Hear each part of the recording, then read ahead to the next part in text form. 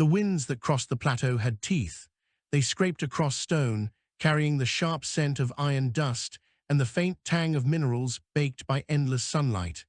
Valan stood at the edge of the ridge, cloak pressed close against his body, and looked down into the yawning hollow below. There lay the city, carved into the very bones of the world. Its towers rose not like things built by hands, but like jagged roots forced upward by some deep and restless growth. At night, the city glowed with a pale radiance. Not flame, not the flicker of torch or lamp, but a humming phosphorescence that made the stone seem alive. During the day, however, stripped of its light, the towers seemed bleak and almost broken. Valan had walked for 17 days across the wastes to reach this place. His boots were worn thin, his water stores long emptied, his lips cracked until every word he muttered tasted of blood. Yet his eyes did not dim. He had not come to be comfortable. He had come because this city was said to house those who spoke with the strangers. The strangers had appeared in the skies 2 generations ago. Their vessels had glided like falling stars, wrapped in shells of silver that did not burn. They had landed upon the seas, in forests, upon ice shelves, always vanishing before hunters or soldiers could reach them. At first, they were rumors. Then they were fears. And finally, they became undeniable when they left behind their first gifts: twisted metals, shards of crystal harder than any known mineral, seeds that grew into towering stalks in days. The city below, called Neyrinth, had made itself their herald. Valan tightened the strap of his satchel and began his descent. The slope was treacherous, but his body knew the rhythm of stone. He leapt where footing was sure, slid when sand and gravel made resistance useless. His hands found holds without thought. He was a son of the high cliffs, born where survival depended on knowing the moods of rock as intimately as one knew family. By the time the shadows had stretched long, he entered the outer quarter. The air shifted immediately.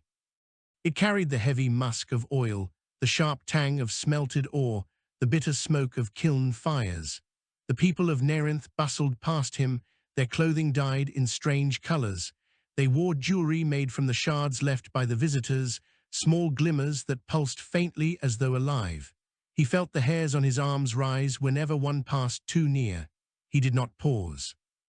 The satchel on his shoulder weighed more than his weariness. Inside it lay a shard of his own, a fragment taken from the wreck of something that had fallen from the sky 3 winters ago, discovered by hunters who had not understood its danger. His people had died carrying it. His brother's skin had burned from the inside, as though fire had been trapped within him. Valan had sworn then that he would bring it back to those who understood. He would demand answers. He would not let the deaths be reduced to fearful whispers around a hearth fire. The inner gates loomed ahead, guarded not by soldiers of the old kingdoms, but by figures clad in metal plates that shimmered faintly like the shards themselves. They crossed their spears as he approached. "State your purpose." "I bring a fragment from the sky," Valan answered, lifting the satchel. "It has killed my kin. I demand audience with those who claim to know the will of the strangers." The guard's eyes flickered toward one another.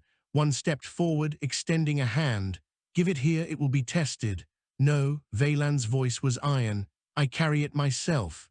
A pause. Then the guard lowered his weapon, motioning to the other. He enters, but he is watched. The gates opened. Within lay the heart of Neyrinth. The towers glimmered faintly even in daylight, veins of luminous stone crawling through their sides. Banners fluttered above walkways, each marked with the curved sigil of a hand cradling a falling star.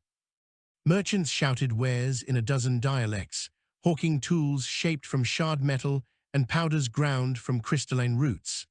Valan ignored them all. The guards led him across a wide square toward a hall that rose like a spear of black stones split down the middle, its wound filled with pale light. The doors opened silently at their approach, revealing an interior of polished floors that mirrored every step. At the far end sat figures robed in white, their garments woven with threads that pulsed as though blood flowed through them. One of the robed figures leaned forward. Her hair was silver not with age, but with some strange sheen, and her eyes reflected the glow of the chamber. "You claim to carry what fell from the sky?" Valan opened his satchel and drew out the fragment. Even wrapped in layers of cloth, it exuded a faint hum. The robed ones inhaled sharply. "Place it here." He obeyed, setting it upon a pedestal of stone in the center of the hall. The cloth fell away, revealing the shard's surface, smooth as glass, yet etched with veins that pulsed faintly like the beat of a heart. The silver-haired woman extended her hands but did not touch. Her lips moved in murmured calculation. Then she looked at him. "Where was this found?" "In the high cliffs of Dakara. A vessel fell there. My people brought it home. It burned them." "Burned," their flesh blackened, their eyes bled. "My brother died carrying it." The woman's expression shifted, though he could not tell if it was sorrow or hunger. "You are fortunate to have survived." "I survived because I carried it wrapped in earth. But I did not come to speak of fortune. I came for truth." "What are these things that fall from the sky? Who are the strangers that scatter them? And why do you kneel to them as though they were gods?" A murmur passed among the robed figures. The woman raised her hand, silencing them. Her gaze locked onto him, unflinching. "You are bold, wanderer. Few speak thus in this hall, but boldness alone does not grant answers. To know the truth is to bear its weight. And its weight can break the spine of nations." "Then let it break me," Valan said. "Better to bear the truth and be broken than to watch my kin die from poison I cannot name." The woman studied him for a long time, then she nodded slowly. "Very well, you shall have a place among us if you endure the proving." "What proving?" Her smile was cold. "The strangers do not reveal themselves to cowards. If you wish to stand before them, you must first walk into the place where they still dwell. The fallen vessel you speak of is not lifeless. It waits. If you return alive, the truth will be yours." Valan's breath caught. To return to that scar in the cliffs, where his brother's body still lay beneath the stones, to walk willingly into that poisoned wound, yet his heart did not waver. "I will go." The woman's eyes gleamed like mirrors. "Then you may be more useful than I thought." The guards escorted Valan from the hall. The doors whispered shut behind him, sealing in the faint hum of the shard. For the first time since he had set foot in Neyrinth, his resolve wavered. He had come demanding truth, and now he was being thrust back toward the very place that haunted his memory. He slept that night in a chamber offered by the order of the robed figures. The bed was softer than he had known, filled with down, but he lay awake staring at the ceiling. The walls of the chamber glowed faintly, their veins of light pulsing with some hidden rhythm. Each pulse seemed to match the beating of his heart, until he could no longer tell whether the stone was echoing him or commanding him. He thought of his brother. Rael had been stronger, quicker, always 2 steps ahead in climbing games across the cliffs. His laughter had carried far on the wind. When the shard burned him, the sound that left his throat was no laugh, but a strangled howl that ended too quickly. Valan had seen death before, but not like that, not something that seemed to burn not the body, but the very thread of being. The memory kept him rigid until exhaustion finally claimed him. At dawn, he was roused by a pounding at the door. The guard from the gate entered, clad now in full plate, the faint shimmer of shard metal dancing across its surface. "It is time," the guard said simply. Valan rose, dressed, and followed. The hall of preparation lay deep within the city. There the air thickened with smoke from braziers that released scents both bitter and sweet. Robed figures moved through the haze, chanting low tones that echoed strangely. They led him to a stone table where pieces of equipment lay arrayed. A breastplate of shard-infused metal, a cloak woven with fibers that glowed faintly in shadow, and a spear whose head was not steel but crystal. "Take these," the silver-haired woman instructed, appearing from the smoke as though she had been waiting. "They will resist the sickness of the stranger's vessel, though not forever. Your strength will be tested, your spirit more so." Valan lifted the spear. Its balance was flawless, lighter than wood, stronger than iron. The breastplate fit his frame as though shaped for him, though he knew it could not have been.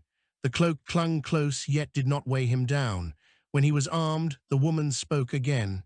"You travel with guides. Do not mistake them for companions. Their loyalty is to Neyrinth, not to you. From the haze stepped two others. One was a lean man with skin marked by burns that ran like rivers of scar tissue across his face. His eyes were hard, his hands calloused.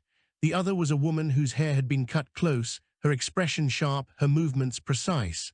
Both bore shard-forged weapons. "I am Kalen," the scarred man said.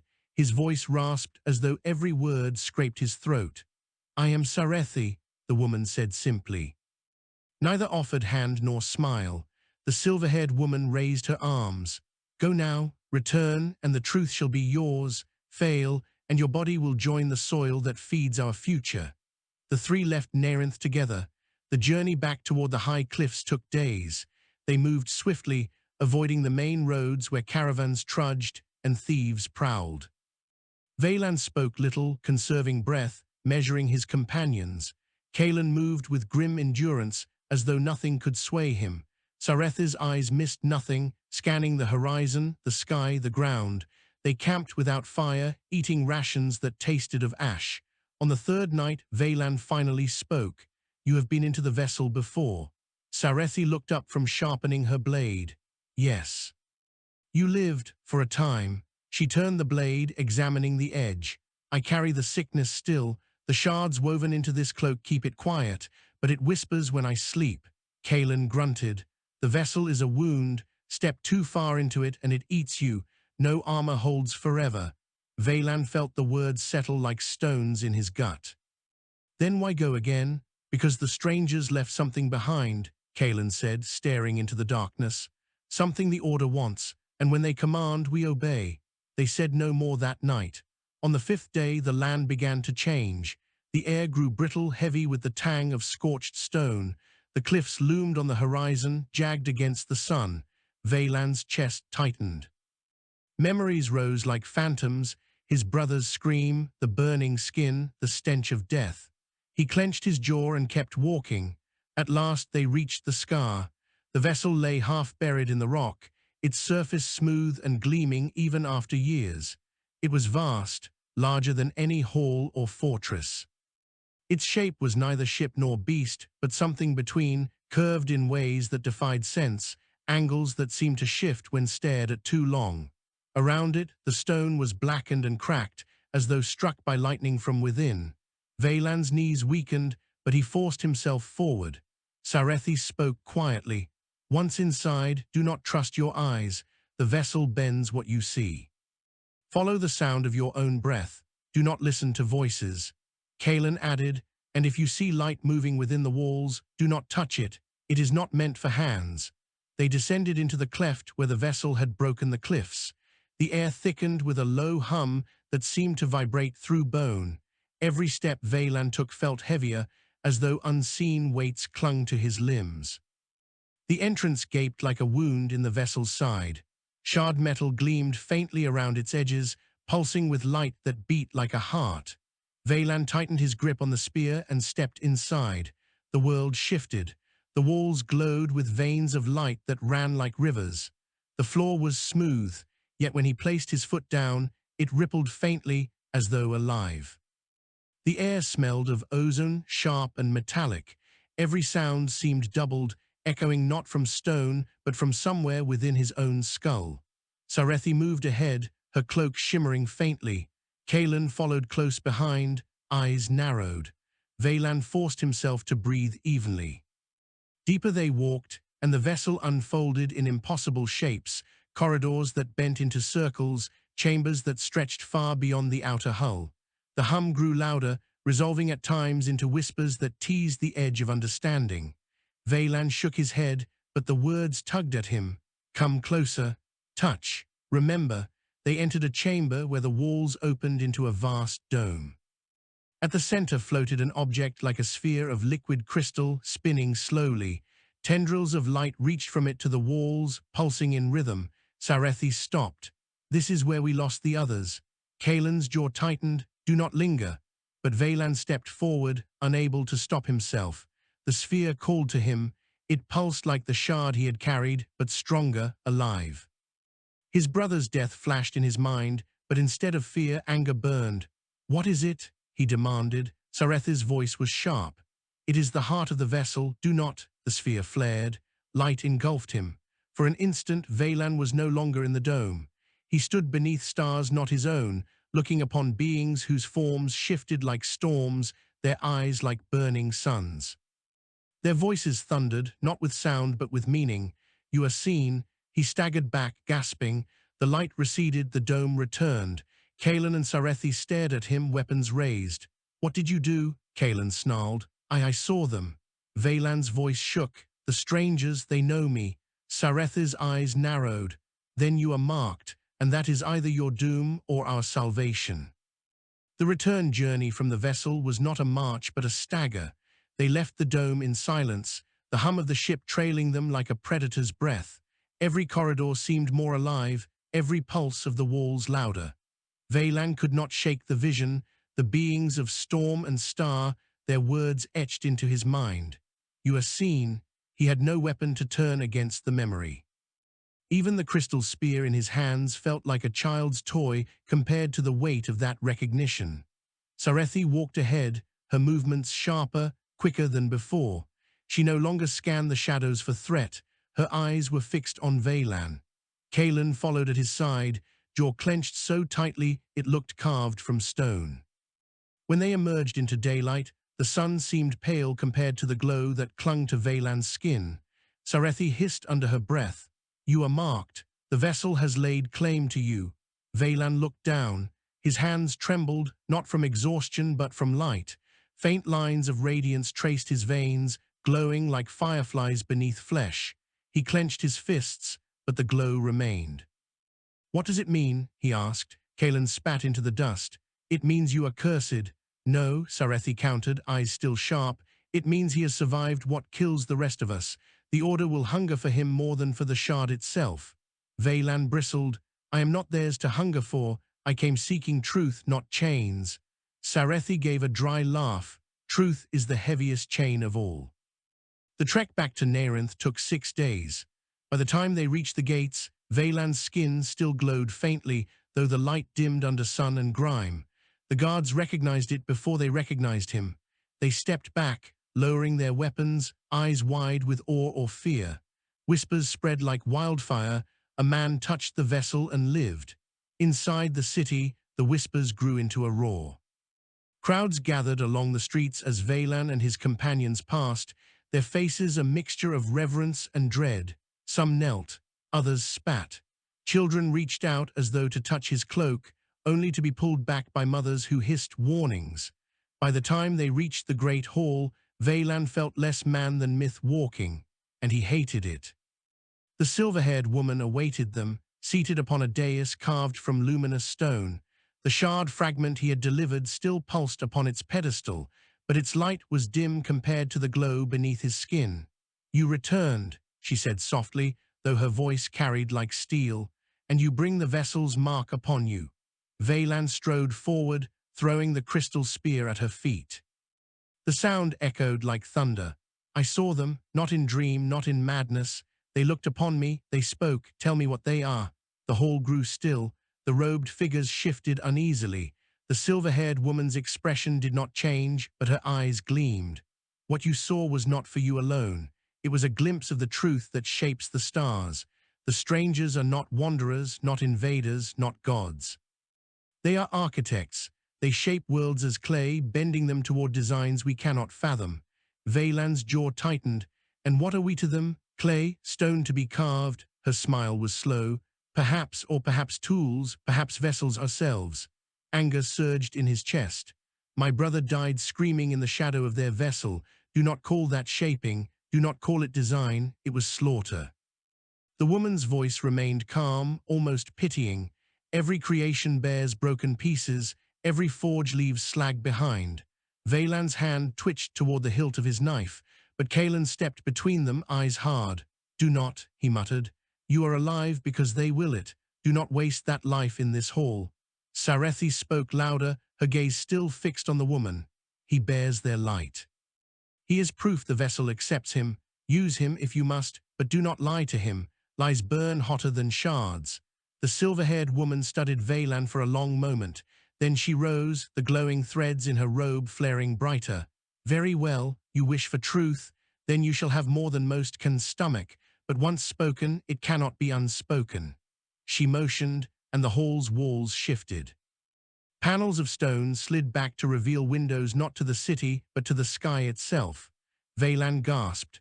The stars burned bright, though it was midday. "These," she said, pointing, "are not the stars as you know them. This is what lies beyond. The strangers are not of this world. They are not bound by soil or sea. They travel between suns as easily as you walk between cliffs. And they watch us." The stars shifted, rearranged by lines of light until patterns emerged, vast webs connecting points of fire. They do not come as conquerors, they do not come as saviors, they come as weavers. Each world is a thread in their tapestry, each life a stitch. Veylan's voice was low, dangerous. And when the stitch is crooked, when the thread frays, her eyes locked onto his, then it is cut. Silence swallowed the hall. Something inside Veylan hardened. He had thought his people's suffering was accident, a side effect of forces beyond reckoning. But now he saw it for what it was: dismissal, indifference, lives reduced to faulty threads. He turned from the dais, voice ringing like iron. "If they see us as threads, then let us be a blade that cuts back." Gasps rippled through the robed figures. The silver-haired woman's smile was unreadable. Bold words, wanderer, but blades that turn against their weavers are broken swiftly. "Then let me break loudly," Veylan snapped. Sarethi's eyes flickered with something close to admiration. Kalen merely shook his head, muttering under his breath. The woman descended from the dais, stopping only a hand's breadth from him. Her gaze was sharp enough to slice stone. "Perhaps you are not curse, nor tool, nor vessel. Perhaps you are catalyst. If so, the world will burn in ways we cannot contain." "Then let it burn," Veylan said. For the first time she laughed. It was not cruel, but it carried no joy either. "Very well, you shall have your chance. But know this, the strangers will come again, not as whispers, not as shards, but in form, and when they do, you will learn whether your blade is sharp enough." She turned to the hall. "Prepare him. He will be tested not by us, but by them." The days that followed blurred into ritual. Veylan was taken into chambers deep beneath Neyrinth, where the walls pulsed with living light. There he was drilled in weapons both familiar and strange, crystal spears that could cut stone, bows that fired bolts of light, gauntlets that could deflect flame. His body ached, but the glow within his veins lent him endurance he had never known. Sarethi trained beside him, sharp as ever, but now she watched him with curiosity rather than suspicion. Kalen drove him harder than any master, forcing him to his knees again and again until rage lifted him back to his feet. "You hate them," Kalen said one night as they sparred.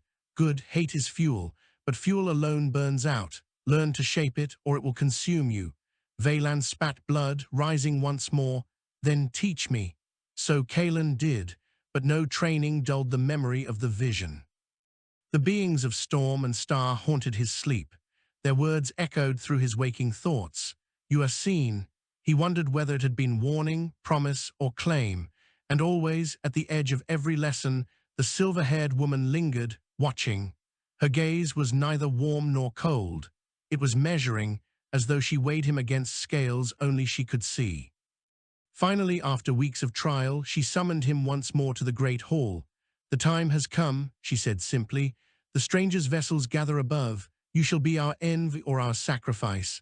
Veylan's heart pounded, but his voice was steady. "I will face them." "Not alone," she said. Sarethi stepped forward, bow in hand. Kalen followed, blade gleaming. "They will walk with you. But understand this, when you stand before the strangers, your words carry not only your life, but the fate of every soul beneath this sky." Veylan looked up at the glowing ceiling, imagining the cold fire of stars beyond. His brother's scream still rang in his ears. He clenched his fists until the glow beneath his skin flared. "Then I will make them hear us." That night, Neyrinth did not sleep. The sky above trembled with light as silver vessels descended, their shapes vast, their surfaces gleaming with shifting patterns. The city gathered in silence, watching as the strangers returned not as whispers or shards, but as looming giants in the heavens. Veylan stood at the forefront of the great square, Sarethi and Kaelin flanking him, the silver-haired woman behind. His heart thundered, but his gaze did not waver. The vessels opened, and the strangers stepped forth. The air split open with light. The strangers descended not on wings nor with the thunder of storms, but in silence that pressed against the bones. Their forms shifted as they emerged from the silver vessels, tall, fluid, neither wholly solid nor wholly vapor. They burned with inner fire that twisted from white to blue to violet, as though each breath remade them. Their faces, if faces they could be called, bore no mouths, no eyes, only patterns of light that shifted like constellations across a night sky. The crowd of Neyrinth fell to its knees as one. Cries rose, some in praise, some in fear. The silver-haired woman bowed her head low, hands spread in ritual reverence. But Valan stood straight, his fists clenched at his sides, the glow in his veins answering the glow of the strangers as though his body remembered them. Sarethi whispered from beside him, "Bow, fool, you tempt death." "I came not to kneel," Valan muttered. The tallest of the strangers drifted forward, its shape stretching until it towered above the hall. Its voice struck not ears but the marrow of every living thing. "We have returned. The weave endures. Neyrinth, you have kept the shard. You have obeyed. You are seen." The people cried out, tears streaming, some pressing their foreheads to the ground. The silver-haired woman raised her arms in trembling exaltation. "We live to serve the weave. We live to serve the architects." But Valan stepped forward. His voice was raw, but it carried through the square like a thrown blade. "And what of those who die in your weaving? What of the broken? My people carried your shard and burned alive." My brother screamed as fire devoured him. "Are their deaths part of your tapestry?" Gasps erupted. Sarethi seized his arm, but he shook her off. The square froze, every gaze fixed on the glowing man who dared to speak against gods. The stranger turned its constellation face toward him. The shifting lights flared, rearranging into a spiral that pulsed with rhythm. Its voice thundered within his chest. "You are the marked one. The vessel opened to you. You are seen. Answer me," Valan roared. His skin blazed, the glow in his veins flaring brighter than ever. "Are we tools, clay, threads to be cut when flawed, or are we lives with voices of our own?" The crowd trembled. Some shouted for him to be silenced. Others, stunned, dared not move. The stranger extended a limb of light, brushing the air near Valan. The sensation was neither heat nor cold, but pressure, as though the weight of the sky itself pressed down. "You burn with question. This is rare among your kind. Your thread shines, yet you do not understand. We do not kill, we do not save, we shape. The burning of your kin was error. Error is not purpose. It is noise." Rage ignited in Valan's chest. "Noise, my brother's life reduced to noise." He raised the crystal spear, its edge blazing with borrowed fire. "Then hear this noise." Before the silver-haired woman or the guards could stop him, Valan drove the spear into the ground. Light erupted, a shockwave of crystal energy surging outward. The crowd cried out as dust and shards rose. The stranger staggered, or perhaps shifted, its form rippling as though struck by wind. For the first time, the voices of the strangers faltered. "You resist." Valan pointed the spear toward them. "We are not threads, we are not tools, we are not clay. We are flesh and blood and will. If your weave cannot bear us, then we will tear it apart." The words hung like thunder in the air. Silence followed. Then slowly, the tallest stranger lowered its burning limbs. Its light dimmed, folding inward until it stood smaller, closer to human height. The constellation pattern on its face stilled. "You are unlike the others. Perhaps your kind is not yet fixed in the weave. Perhaps you are beginning." The silver-haired woman cried out, "He is ours, he bears Neyrinth's mark." The stranger turned toward her, and for the first time she faltered, lowering her arms. "He is not yours, he is seen." The crowd shuddered. Some whispered prayers, others curses, but none dared approach Valan now. He stood at the center of the square, glowing, spear blazing, the stranger's gaze upon him. The days after the encounter were a storm.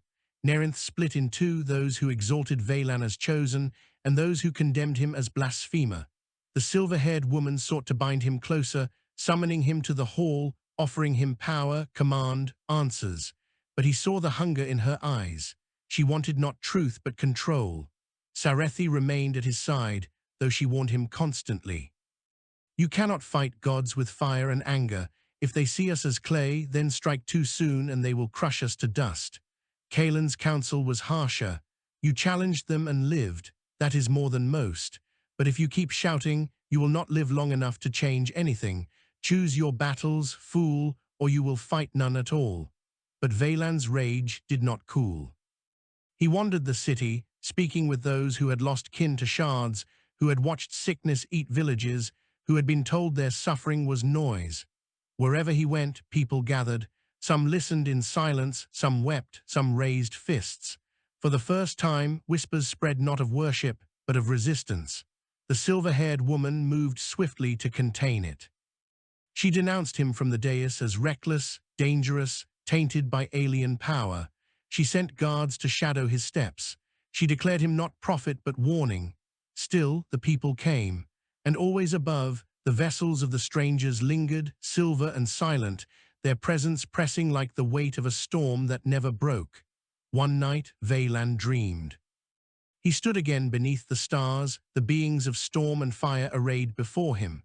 But this time their voices did not thunder, they whispered, "You are flame. Flame burns bright, but flame consumes. Will you consume your own kind in your struggle? Will you burn the weave until nothing remains?" Valan spat into the void. Better to burn free than to glow as a puppet's thread. Fire dies. The weave endures. Then let the weave fear what it cannot bind.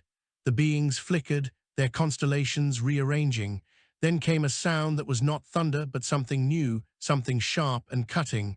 Laughter. When he woke, his veins glowed brighter than ever. The tension reached its peak when the silver-haired woman summoned him once more. This time the hall was filled not with robed figures, but with soldiers clad in shard metal. Their armor gleamed like captured lightning, their spears pulsed with deadly radiance. "You have divided Neyrinth," she said, her voice cold as stone. "You have spoken against the architects, whose presence sustains us. I gave you truth, and you turned it into rebellion. You leave me no choice." Valan stood unflinching. Sarethi and Kalen flanked him, their weapons ready though their eyes betrayed uncertainty. "What choice?" he demanded. "You will leave this city," she declared. "You will walk beyond our walls and not return. If the strangers wish you, let them take you. If they do not, you will wither in the wastes. But you will not corrupt Neyrinth further." The soldiers lowered their spears. Sarethi hissed, "They mean to kill you the moment you step outside." Valan raised his voice, carrying it through the hall. "Exile me, strike me down, call me cursed, none of it will change the truth.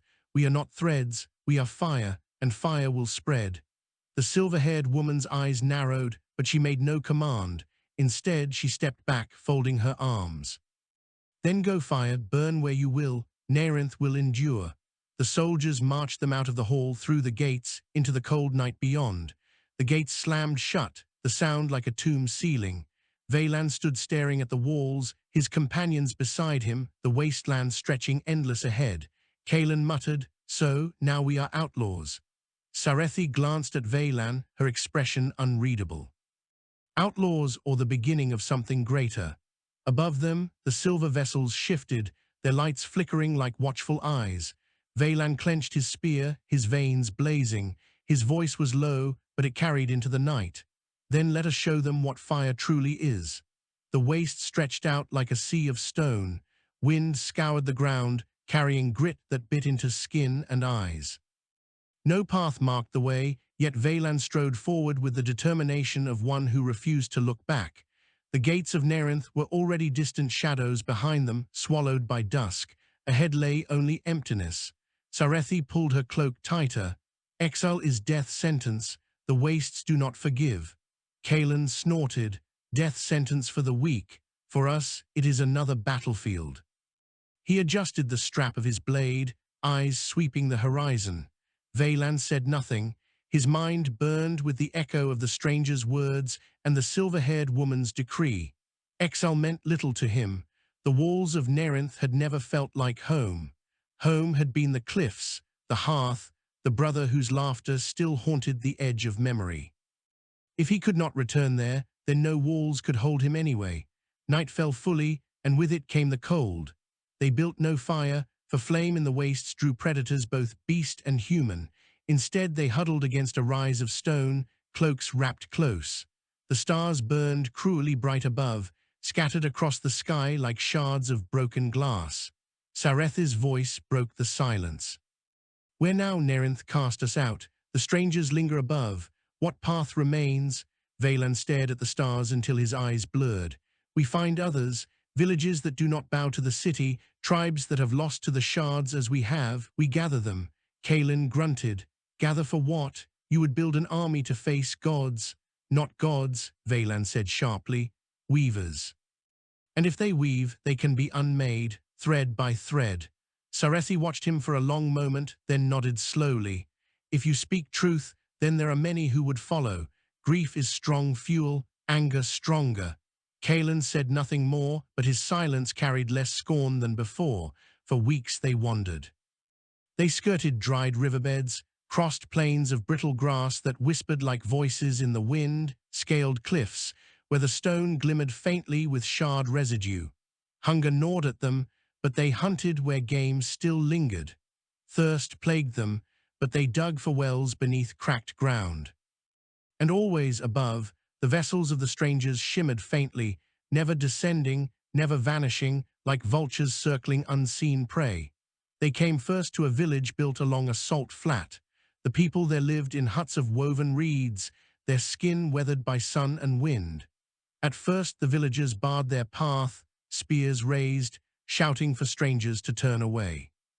But when Valan showed the glow in his veins, their cries faltered. An elder stepped forward, leaning on a crooked staff. His eyes widened as he studied the light beneath Valan's skin. "You have walked where none return." "I walked the vessel," Valan said simply. "I saw the beings who weave us. They call our death's noise. I say our lives are fire." Murmurs rippled through the villagers. Some looked fearful, others hungry with hope. The elder's voice shook. "We have buried many. The shards poison our water. The sickness eats our young. Neyrinth tells us to endure, you tell us to fight." "How? Together," Valan answered. "One village alone cannot fight, but all of us, bound not by their weave but by our will, then even the sky will hear." The elder studied him long, then nodded once. "Stay the night, speak to our people. If they choose, they will walk with you." That night, Valan stood before the villagers by the light of burning pitch. He told them of his brother's death, of the vessel, of the stranger's words. He did not promise victory. He promised only that silence was a chain and voice was a blade. By the time he finished, fists rose in the air, tears streaked faces. And when morning came, a dozen youths stepped forward, spears on their backs, ready to follow. So it began. From the salt flats they marched to the riverlands, where reed boats bobbed on slow waters and families fished with nets patched 100 times. There too they spoke, and there too they found willing ears. From the riverlands they climbed to the forested ridges, where hunters told of silver shadows stalking between trees. They gathered there as well. Each village carried scars of the strangers' weaving, burned fields, poisoned wells, vanished kin. Each carried anger waiting for spark. Valan became that spark. His words spread like wildfire, carried on lips from one campfire to the next. Kaelin trained them with harsh precision, drilling them until their hands blistered and their arms trembled. Sarethi taught them to move unseen, to strike from shadow, to bend bow with steady hand. Valan did not stand above them as lord, but beside them, his glow a beacon in the night. They grew from 3 exiles into a band of dozens, then scores. By the time a full moon rose, they numbered more than 200, hardened by hunger but sharpened by purpose. Yet numbers alone were not enough. They needed more than spears and bows. They needed weapons to strike against vessels that shrugged off fire and stone, and for that they needed shards. The first raid came at dawn. A shard mine lay at the edge of the wastes, guarded by soldiers of Neyrinth. There villagers toiled in chains, hacking fragments from glowing stone veins. Valan's band crept down from the ridges, cloaked by fog. At his signal, arrows whistled, striking guards before cries could rise. Kaelin led the charge, blade flashing, while Sarethi's arrows cut down those who tried to flee. Valan himself struck with spear ablaze. The shard metal armor of the guards shimmered, but his weapon pierced through, light against light. The battle was swift, brutal, and by the time the sun rose fully, the mine was theirs. The chained villagers stared in disbelief as the guards lay dead around them. Valan raised his voice. "You are free, no longer tools for the city.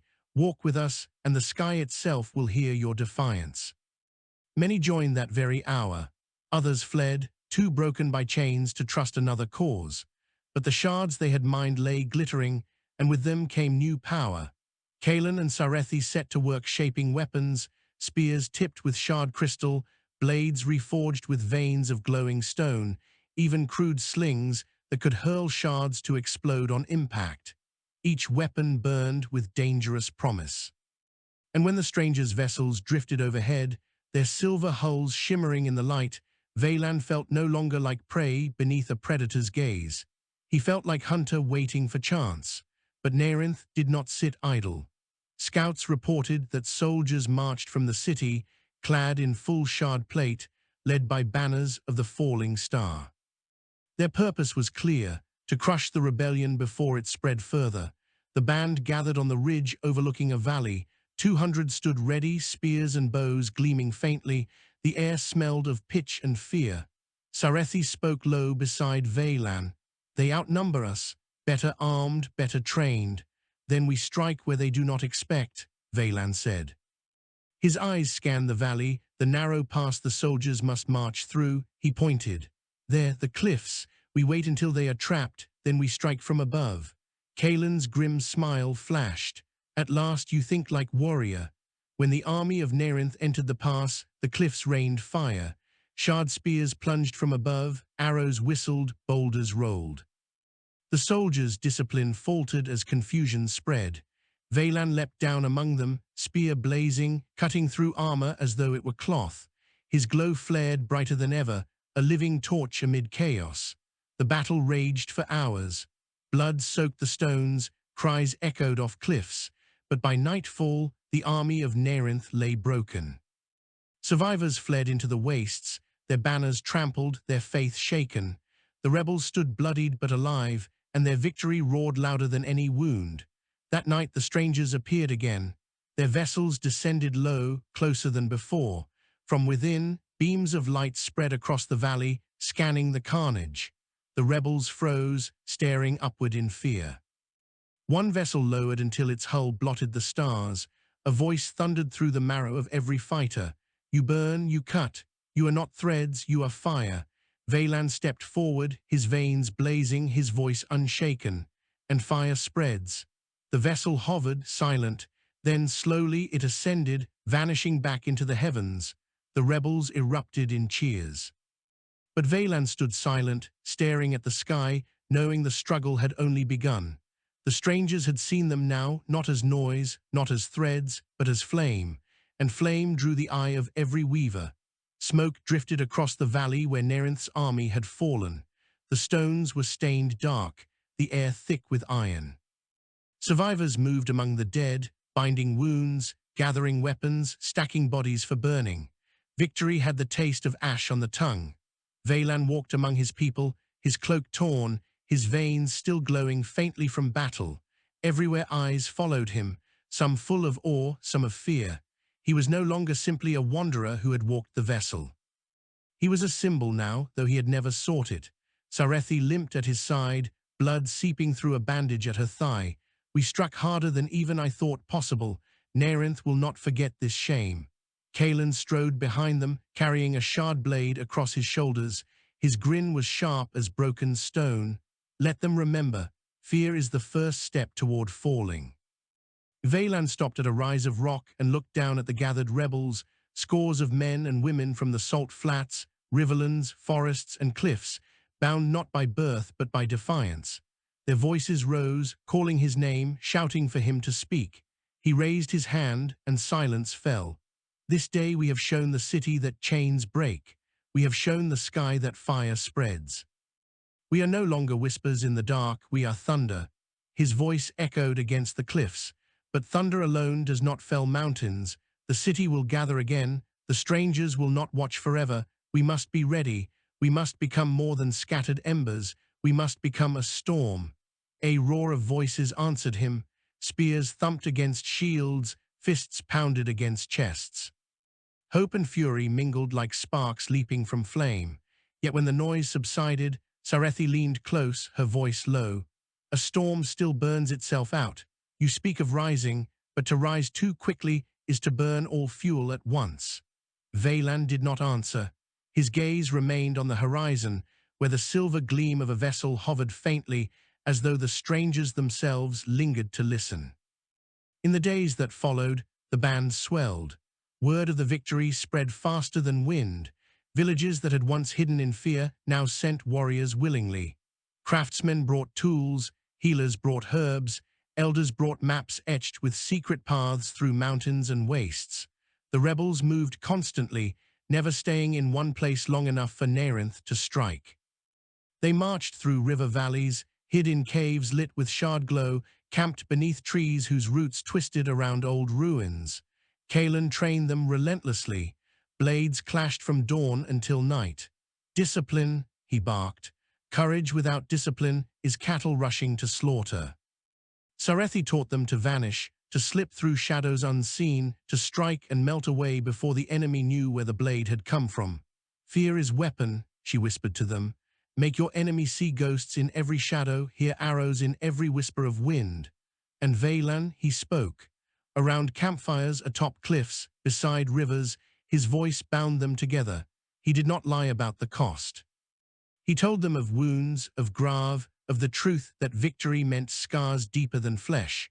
But he also told them that no chain forged by stranger or city could withstand the will of many hearts bound as one. The rebels began calling themselves the Fireborn. The name spread, whispered in taverns, scrawled in charcoal on walls of occupied villages, cursed by soldiers of Neyrinth. Fireborn, not threads. Not noise, fire, but Neyrinth did not sleep.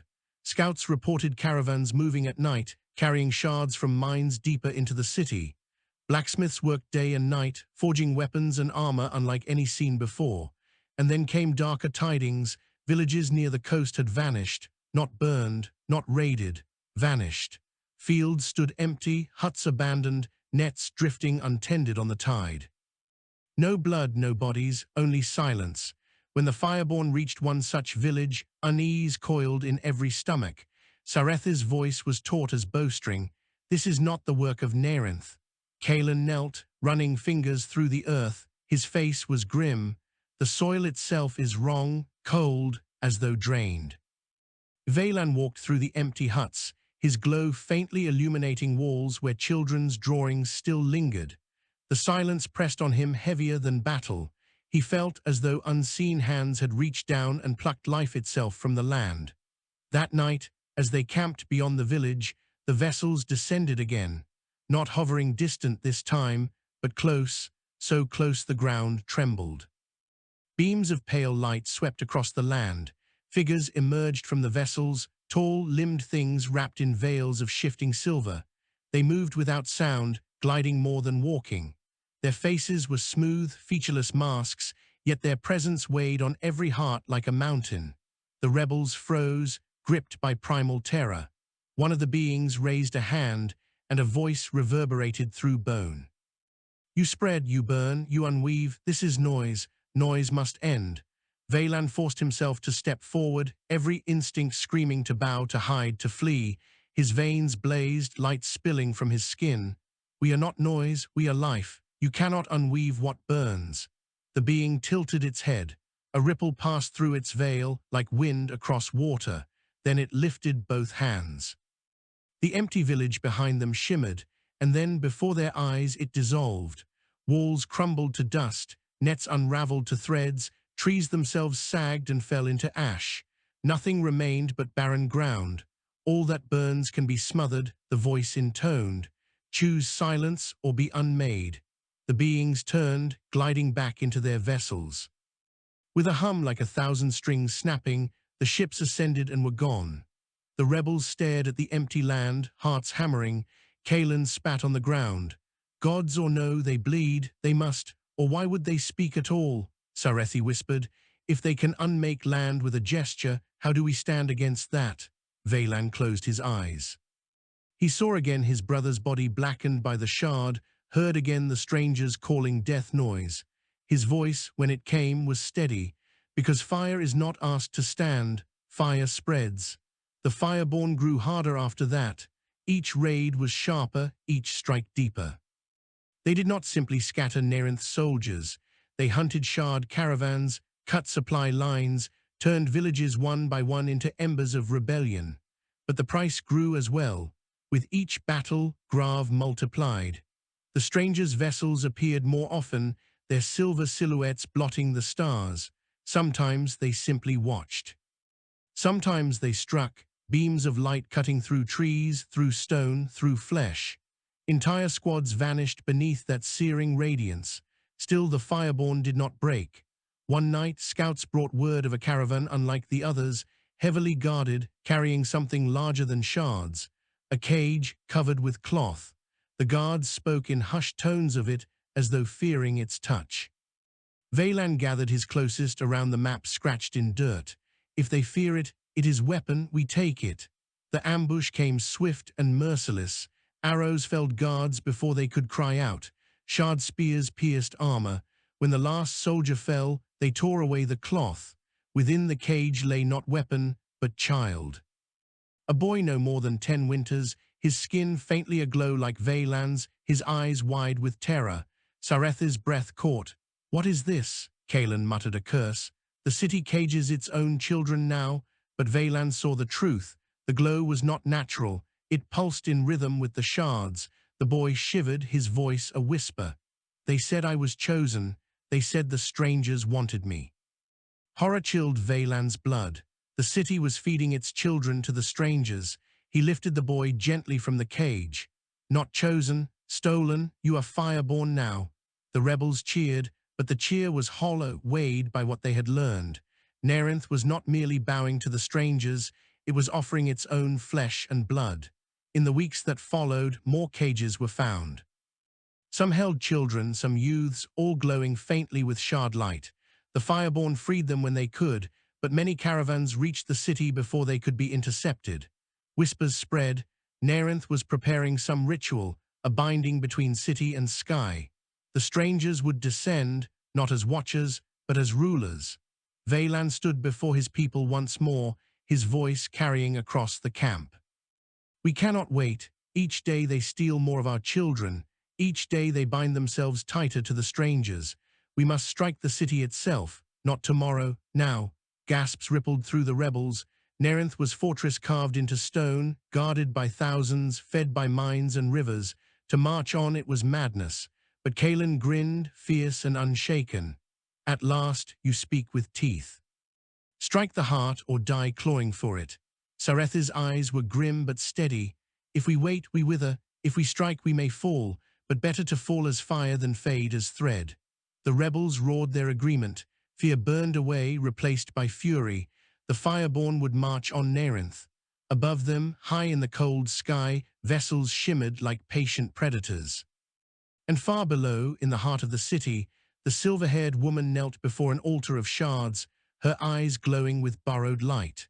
The march to Neyrinth began beneath a shrouded dawn. Mist clung to the valleys, muffling sound, veiling the movement of hundreds. The Fireborn moved as one body, carrying spears tipped with shard crystal, bows strung tight, blades glowing faintly in the dim light. Children freed from cages walked among them, their strange light flickering nervously, half blessing, half curse. At their head strode Valan, his veins burning bright. Sarethi walked silent at his side, bow slung, arrows across her back. Kaelin marched behind, barking orders, driving stragglers forward with a growl. No banners fluttered. No horns blew. The Fireborn carried only the fire in their eyes. Neyrinth rose from the horizon like a wound in the earth. Its towers pulsed faintly even in daylight, veins of light crawling up stone spires.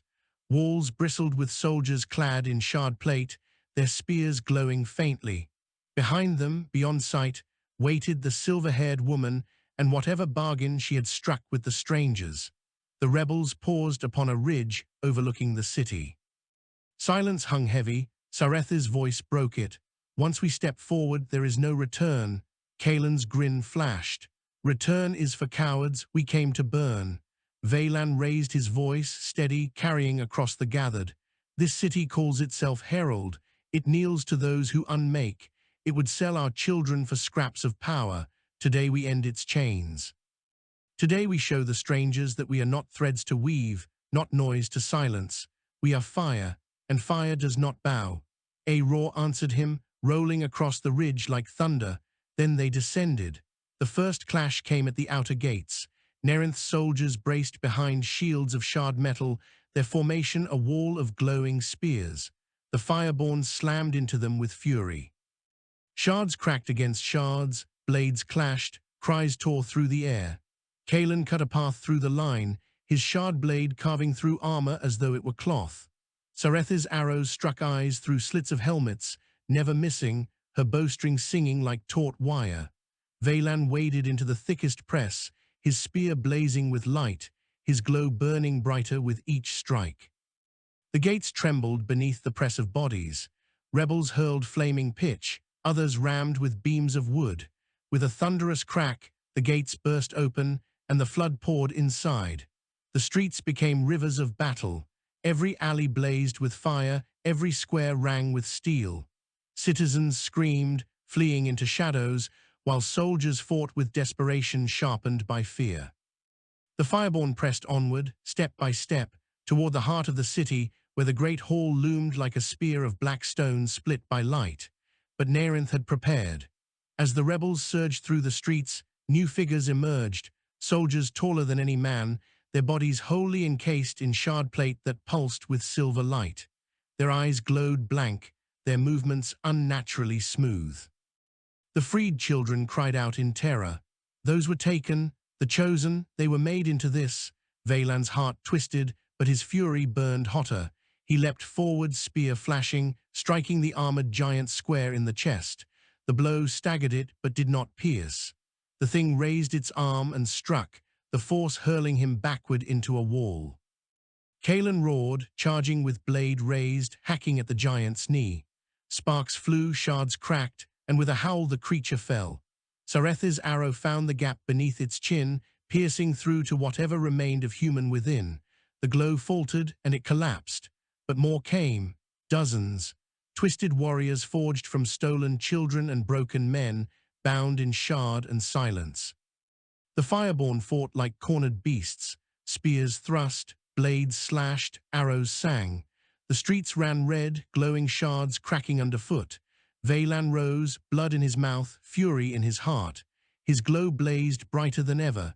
He hurled himself into the fray, striking again and again, shouting with every blow. "You are not theirs, you are ours, you are Fireborn." Some of the giants faltered at his words, their movements hesitating. In their glowing eyes flickered something: memory, pain, resistance. And in that heartbeat, rebels struck them down. The tide turned slowly, painfully, but turned nonetheless. By dusk, the Fireborn stood before the great hall, battered, bloodied, but unbroken.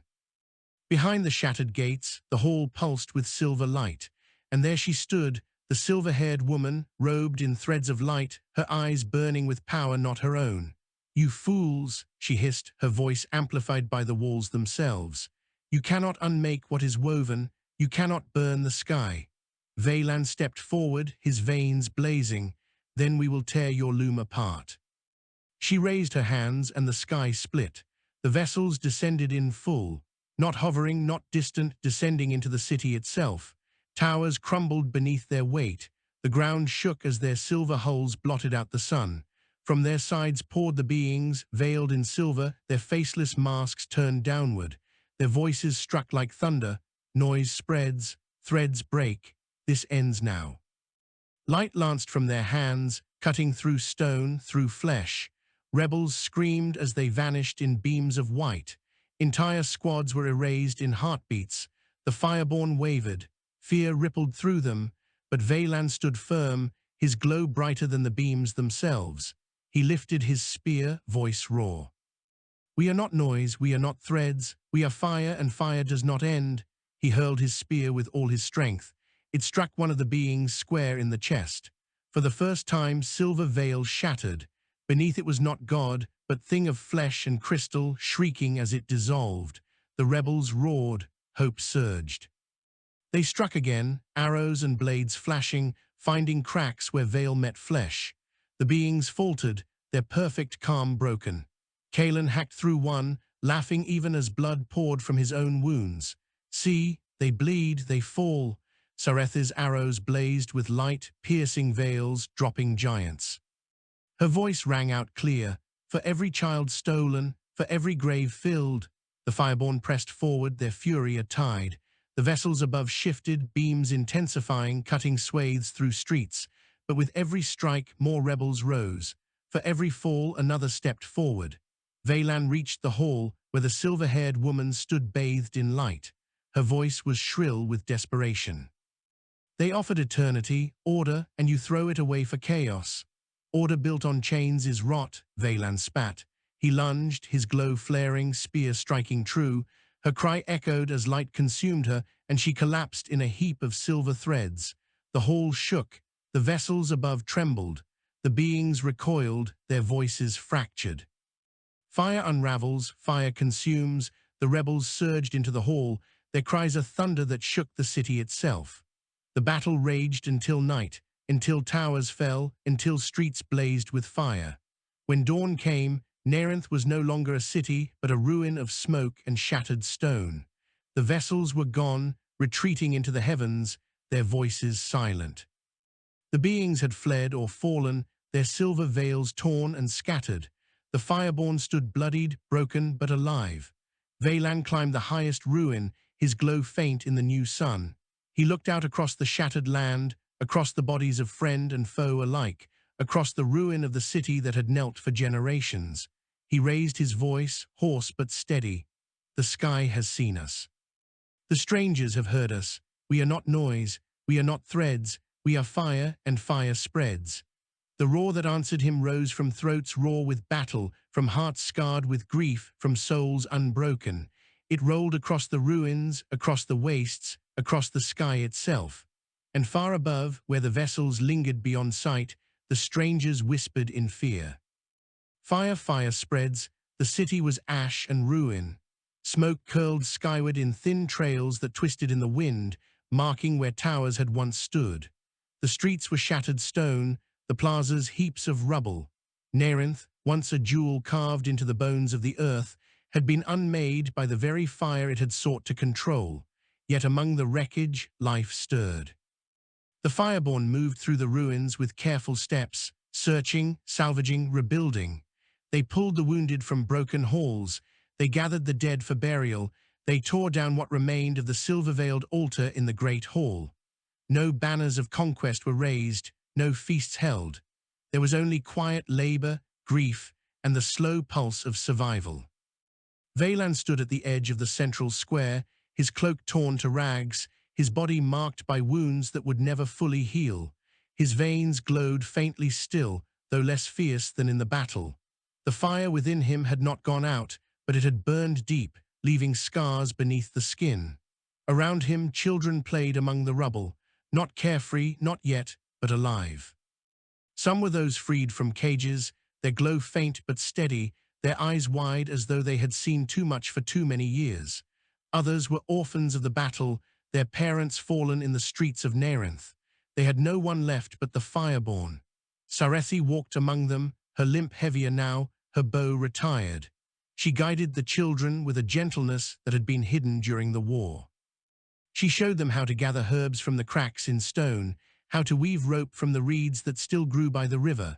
When they grew restless, she told them stories, not of war, but of rivers that sang, of forests that stretched forever, of the cliffs where hawks danced on the wind. Kalen, scarred from crown to heel, no longer barked orders with iron voice. Instead, he taught the young how to sharpen blades, how to stand tall even when trembling, how to look an enemy in the eye and not flinch. He laughed still, though his laughter carried a rasp like stone grinding on stone. The others said he had died a dozen times and returned by sheer spite, and he did not deny it. the Fireborn were no longer just rebels. They were caretakers, builders, guardians of a shattered land. The first council met in the shadow of the broken hall. Valan sat upon a block of fallen stone, the others gathered in a circle. Leaders of villages who had joined the Fireborn, hunters from the forest, fishermen from the river, elders from the salt flats. They had come not as subjects, not as vassals, but as equals, bound by shared loss and shared survival. An elder of the Riverlands spoke first. "The city is broken, but the strangers remain. What is victory if their vessels still circle above?" Another, a hunter with scars across his cheek, grunted, "Victory is that our children breathe today. Tomorrow we face what comes." Kalen spat into the dirt. "We proved they bleed. We proved they fear. Let them circle. When they descend again, we will cut them deeper." Sarethi shook her head. "Steel alone cannot keep them at bay. They unmake with thought. To fight them as we fought Neyrinth is to step into storm with spear and hope." Her eyes turned to Valan. "You walked their vessel. You saw their face. Tell us, what are they, and can they fall?" Valan's gaze drifted upward to where the sky shone cold and empty. He remembered the hum of alien walls, the faceless masks, the voices that had called death noise. He remembered the way they recoiled when his spear struck true. "They are not gods," he said finally. "They are weavers. They believe life is thread, to be cut, shaped, or bound. They do not understand fire, but they fear it now. That fear is wound we can widen." Silence followed his words, not despair, not yet hope. The silence of people staring at a road too long to see its end. At last the Riverland elder nodded. "Then let us be fire, though the storm howls, but fire must also feed or it dies." So they fed it. The Fireborn scattered across the land, not as conquerors but as messengers. They carried word of Neyrinth's fall, not as triumph of one tribe or village, but as proof that chains could break. They told of fire that rose from grief, of strangers driven back, of children freed from cages. Some villages wept and joined them. Others barred their gates, too broken to believe. A few spat curses, fearing vengeance from the sky. Yet slowly, steadily, the flame spread. Camps grew into settlements, settlements into new villages. Fields were tilled again, waters fished, forests hunted. Life crept back into the land scarred by shards, but always the vessels lingered above, distant silver shapes drifting like carrion birds. They did not descend as before, they watched, they waited. Valan could feel them. In the quiet of night, when the campfires burned low and the children slept, he would stand alone on ridges and stare at the stars. The fire in his veins pulsed faintly, as though resonating with something unseen. He wondered if they were speaking to him even then, threads of thought brushing against his mind. He did not tell the others. Years passed. The children grew. Those who had glowed faintly still carried that light, though it no longer burned them. Some called them blessed, others cursed, but among the Fireborn they were kin. They learned to fight, to build, to plant. They were no longer chosen sacrifices, but chosen leaders, each carrying a piece of the fire that Neyrinth had tried to smother. Sarethi grew older, her limp heavier, her bow now passed to a younger archer she had trained. But her eyes remained sharp, her voice steady. She became voice of caution at every council, urging patience when others clamored for war. Kalen bore more scars with each season. He grew slower, but no less fierce. The children adored him, climbing on his back as he laughed, telling stories of battles with a relish that made them gasp and cheer. He trained them still, but his blade saw less blood. And Valan, his glow never faded. If anything, it grew stronger with time, though he carried it with weariness. He had become more than leader of Fireborn. To many he was myth already, a man who had faced the strangers and lived. When disputes rose between villages, when questions tore at councils, it was his voice that decided. Yet he never claimed throne or crown. He called himself only wanderer still, though he wandered now with entire people behind him. But peace was never full. The strangers struck again. Not with vessels blotting the sun, not with veiled beings descending. Their strike was subtler, crueler. Fields withered overnight. Rivers turned foul. Children fell ill with no wound upon them, only the fading of light in their eyes. The Fireborn fought back as they could, burning poisoned crops, digging new wells, calling on healers to craft medicines from herbs and shard dust. Many survived. Many did not. The vessels watched, never descending. Their silence was louder than thunder. One night, as Valan stood alone on the ridge, the voice returned, not spoken aloud, but inside his skull, deep as marrow. You spread still. Fire consumes. Fire is hunger. Fire ends. His fists clenched. We do not end, we endure. Endure becomes ash. Then we are ash that births flame again. You cannot unmake us all. The voice rippled like breaking glass. Fire teaches nothing. Fire forgets. Fire devours itself. Valan lifted his spear high, its glow burning against the stars. Then learn this. Fire is not silence. Fire is song. The voice broke off.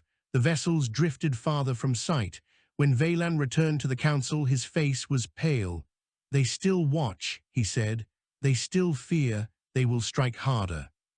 Perhaps not in our lifetime, perhaps in that of our children, but they will return. Kaelin slammed his fist against the stone table. Then let them return. Each time they descend, they will find more fire waiting.